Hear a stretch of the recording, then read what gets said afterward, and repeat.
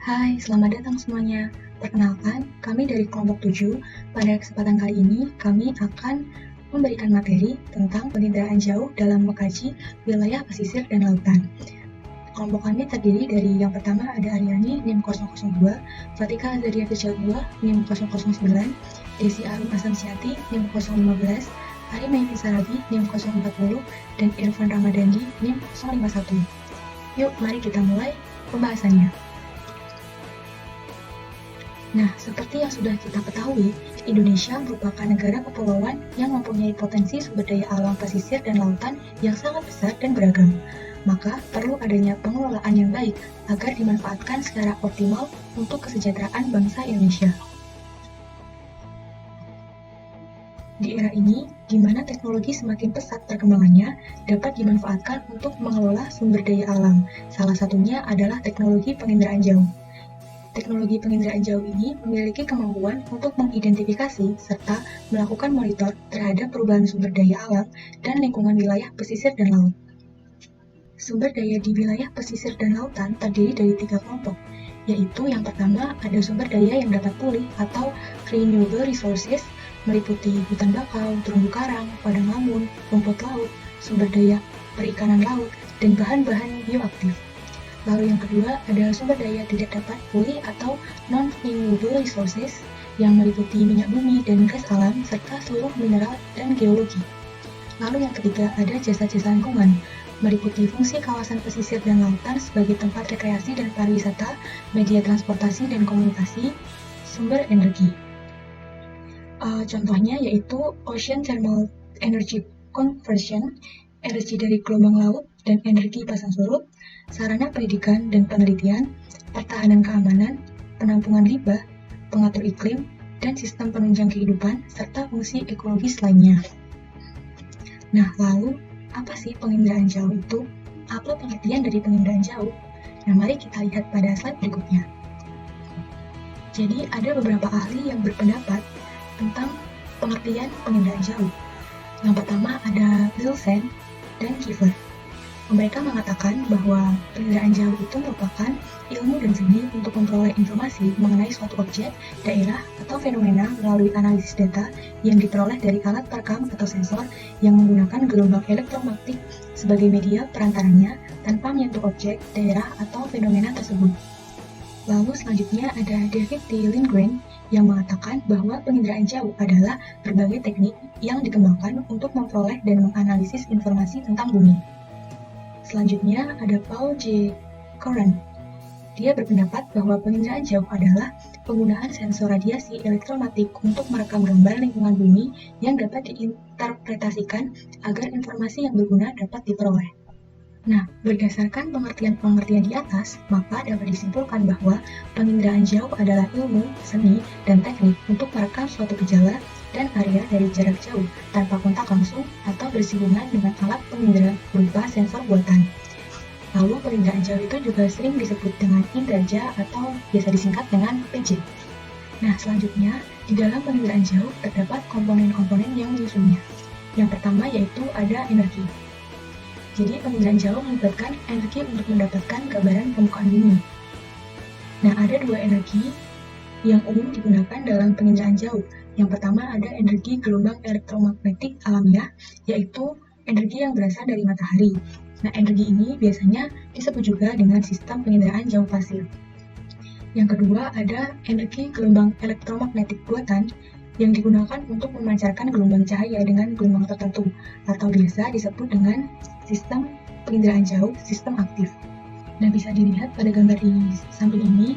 Jadi yang gambar di atas ini merupakan penginderaan jauh dengan sistem pasif, yaitu dengan menggunakan energi matahari. Jadi matahari akan memantulkan gelombang ke bawah permukaan bumi, lalu gelombang tersebut akan mengenai objek-objek di permukaan bumi.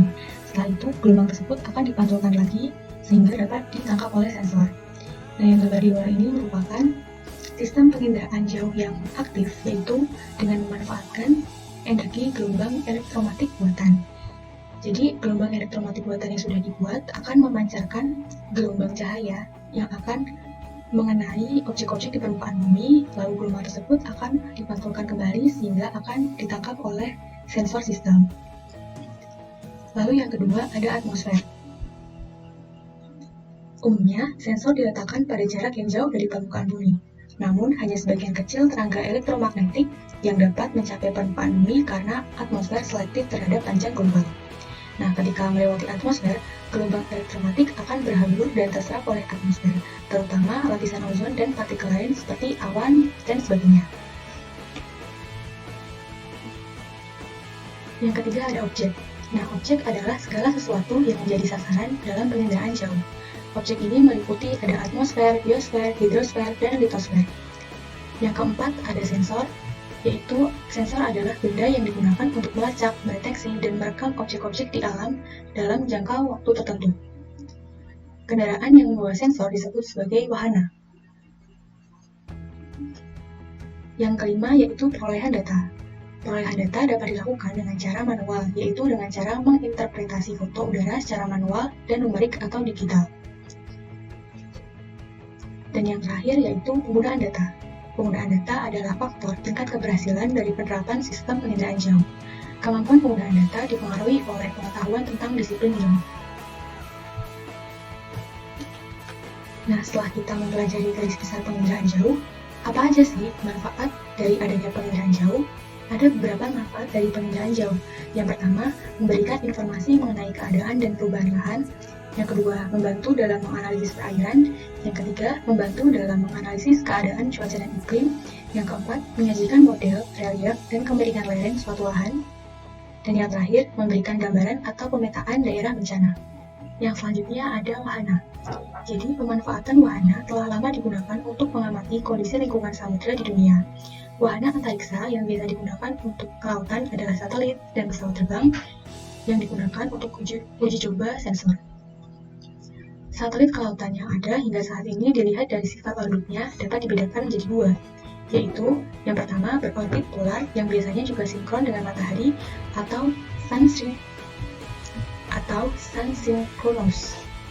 Satelit berorbit polar bergerak mengelilingi bumi secara terus-menerus dari utara ke selatan atau sebaliknya dan melewati kutub atau dekat kutub.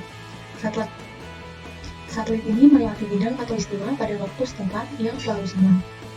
Oleh karena itu disebut sun-synchronous. Yang kedua ada satelit geostasioner yang juga disebut satelit geosynchronous atau earth-synchronous atau sinkronis saja. Satelit geostasioner mengelilingi bumi searah dengan gerakan rotasi bumi dan dengan periode yang sama dengan periode rotasi bumi yaitu 24 jam. Oleh karena itu, satelit ini akan selalu berada di atas titik tertentu di bumi di permukaan khatulistiwa. Jika dilihat dari bumi, maka satelit ini seolah-olah berada tetap di posisi tertentu dari bumi, sehingga disebut sebagai geosynchronous atau geostasioner. Nah, ada beberapa contoh dari satelit geostasioner yaitu satelit Application Technology Satellite atau ATS, Synchronous Meteorological Satellite atau SMS, dan lain sebagainya. Selanjutnya, kita akan membahas tentang resolusi citra. Kualitas citra yang berarti juga kualitas atau mutu sensor ditentukan oleh resolusinya. Ada beberapa jenis resolusi yang dapat menentukan kualitas sensor satelit.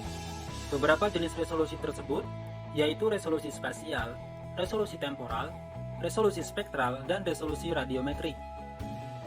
Yang pertama ada resolusi spasial.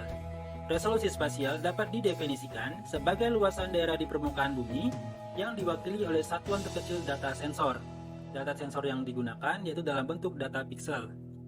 Jika satu piksel mewakili daerah yang lebih luas di permukaan bumi, maka sensor tersebut mempunyai resolusi yang lebih rendah atau sebaliknya. Pada pengertian ini, maka satuan resolusi spasial yang kita gunakan yaitu dalam bentuk satuan luas. Nah, satuan yang biasa dipakai yaitu satuan dalam bentuk meter persegi atau kilometer persegi. Lalu ada definisi yang lainnya. Resolusi spasial dapat juga didefinisikan sebagai jarak terdekat dari dua benda berbeda di permukaan bumi yang masih dapat dideteksi oleh dua benda oleh sensor. Pada pengertian kedua ini, satuan resolusi spasial yang kita gunakan yaitu dalam bentuk satuan jarak. Nah, satuannya biasanya yaitu satuan meter atau kilometer. Yang kedua ada resolusi temporal. Resolusi temporal dapat diartikan sebagai lamanya waktu bagi sensor satelit untuk mengindra daerah yang sama untuk yang kedua kalinya. Biasanya, satuan resolusi spektral yang digunakan yaitu dalam bentuk satuan hari. Semakin banyak jumlah hari yang diperlukan untuk mengindra daerah yang sama, maka semakin rendah resolusi temporalnya. Atau sebaliknya, semakin sedikit jumlah hari yang diperlukan untuk mengindra daerah yang sama, maka semakin baik atau semakin tinggi resolusi temporalnya. Yang ketiga ada resolusi spektral. Resolusi spektral dapat diartikan sebagai julat atau range dari spektrum elektromagnetik yang dipergunakan untuk perangkat penginderaan. Yang keempat ada resolusi radiometrik. Resolusi radiometrik dapat diartikan sebagai julat atau range dari representasi atau kuantisasi sebuah data yang biasanya dipergunakan untuk format raster. Nah, selanjutnya, ini merupakan beberapa penggambaran atau visualisasi dari penjelasan tentang resolusi citra. Yang pertama, bisa teman-teman lihat, itu merupakan visualisasi atau penggambaran dari resolusi spasial. Yang kedua, gambar yang ada di tengah, itu merupakan penggambaran atau visualisasi dari resolusi temporal. Dan yang terakhir, yang di bagian bawah, itu merupakan visualisasi atau penggambaran dari resolusi spektral. Selanjutnya, kita akan membahas tentang keuntungan dari penggunaan teknologi penginderaan jauh. Yang pertama, citra menggambarkan objek, daerah, dan gejala di permukaan bumi dengan wujud dan letak objek yang mirip dengan wujud dan letaknya di permukaan bumi. Datanya relatif lengkap, lumayan permanen, serta meliputi daerah yang sangat luas. Yang kedua, karakteristik objek yang tidak tampak dapat diwujudkan dalam bentuk citra, sehingga dimungkinkan pengenalan objeknya. Yang ketiga, jumlah data yang dapat diambil dalam waktu sekali pengambilan data biasanya sangat banyak, yang tidak akan tertandingi oleh metode lainnya. Yang keempat, pengambilan data di wilayah yang sama dapat dilakukan berulang-ulang, sehingga analisis data dapat dilakukan tidak saja berdasarkan variasi spasial, tapi juga berdasarkan variasi temporal. Yang kelima, citra dapat dibuat secara tepat, meskipun untuk daerah yang sulit dijelajahi oleh terestrial. Yang keenam, merupakan satu-satunya cara untuk memetakan daerah bencana. Dan yang terakhir, periode pembuatan citra relatif lebih pendek. Lalu ada kerugian dari penggunaan teknologi penginderaan jauh. Yang pertama, tidak semua parameter kelautan dan wilayah pesisir dapat dideteksi dengan teknologi penginderaan jauh. Hal ini disebabkan karena gelombang elektromagnetik mempunyai keterbatasan dalam membedakan benda yang satu dengan benda yang lainnya. Tidak dapat menembus benda padat yang tidak transparan, serta daya tembus terhadap air juga cukup terbatas. Yang kedua, akurasi data lebih rendah dibandingkan dengan metode pendataan lapangan, yaitu survei in situ, yang disebabkan karena keterbatasan sifat gelombang elektromagnetik dan jarak yang jauh antara sensor dengan benda yang diamati. Selanjutnya, kita akan membahas tentang peran penginderaan jauh dalam mengkaji wilayah pesisir dan lautan. Pemanfaatan data penginderaan jauh dan SID telah banyak dilakukan dalam kaitannya dengan wilayah pesisir dan lautan, khususnya sektor perikanan dan juga pengelolaan wilayah pesisir dan lautan. Seperti yang pertama, aplikasi penginderaan jauh untuk memberikan informasi zona potensi penangkapan ikan atau ZPPI. Yang kedua, kesesuaian lahan perairan untuk usaha budidaya laut dan pariwisata bahari. Yang ketiga, untuk mengidentifikasi potensi wilayah pesisir seperti hutan bakau, terumbu karang, padang lamun, serta pasir. Yang keempat ada untuk zonasi kawasan konservasi laut. Yang kelima, untuk menganalisa potensi ekonomi wilayah pesisir pulau-pulau kecil, serta untuk pengamatan perubahan garis pantai. Dan yang terakhir, untuk menganalisa pencemaran lingkungan perairan. Nah, bisa teman-teman lihat, ini merupakan salah satu bentuk pemanfaatan teknologi penginderaan jauh untuk memberikan informasi tentang zona potensi penangkapan ikan. Ada dua gambar atau dua peta yang ditampilkan, namun yang berbeda hanyalah waktu pengambilan gambarnya. Selanjutnya, kita akan membahas tentang aplikasi penginderaan jauh di wilayah pesisir dan lautan. Beberapa contoh penerapan atau analisis teknologi penginderaan jauh ke lautan pada berbagai tujuan pengamatan dan analisis di laut dan wilayah pesisir. Yang pertama, untuk mendeteksi daerah potensial penangkapan ikan. Yang kedua, digunakan untuk pemetaan daerah ekosistem yang sensitif. Yang ketiga, untuk memberikan informasi tentang kelayakan lokasi untuk pengembangan, misalnya pariwisata dan budaya perikanan. Yang keempat, untuk pemetaan daerah rawan bencana tsunami. Dan yang terakhir, untuk memonitoring arah dan kecepatan topan di laut dan lain sebagainya. Ini merupakan ilustrasi pengaplikasian teknologi penginderaan jauh dalam bidang pesisir dan kelautan. Ada 3 gambar yang bisa teman-teman lihat. Yang pertama, itu merupakan gambar atau peta berkaitan dengan kesesuaian wilayah bahari yang dapat digunakan untuk snorkeling dan juga diving. Yang kedua ada peta sebaran terumbu karang di Pulau Endana. Dan yang terakhir, itu merupakan peta daerah potensi penangkapan ikan di perairan Selat Madura. Nah, ini merupakan beberapa referensi yang kita gunakan untuk presentasi berkaitan dengan teknologi penginderaan jauh. Nah, mudah-mudahan referensi ini juga dapat teman-teman gunakan untuk memperdalam lagi materi-materi yang telah kami sampaikan. Nah, dengan penyampaian referensi tadi, berakhir juga penyampaian presentasi dari kelompok kami. Apabila ada kekurangan, kesalahan, dan sebagainya, kami juga memohon maaf. Apabila ada tanggapan dan teman-teman, kami sangat persilakan. Nah, demikian presentasi dari kelompok kami. Lebih dan kurang mohon maaf. Assalamualaikum warahmatullahi wabarakatuh.